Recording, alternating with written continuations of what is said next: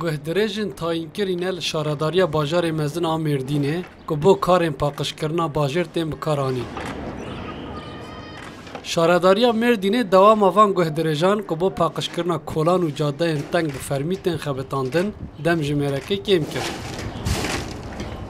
Li gor rêkara şaredarê Mêrdînê 24 guhdirêjin li 24 taxên cuda dixebitin dê rojane pêş demjimêran tenê kar bikin.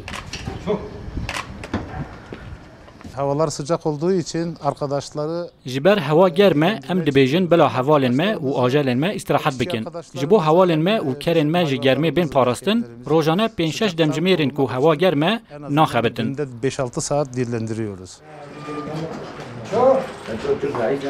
Rojane em ê guhdirêjan tê dayîn û berdewam piştgirînê tenduristiya bovan tê kirin.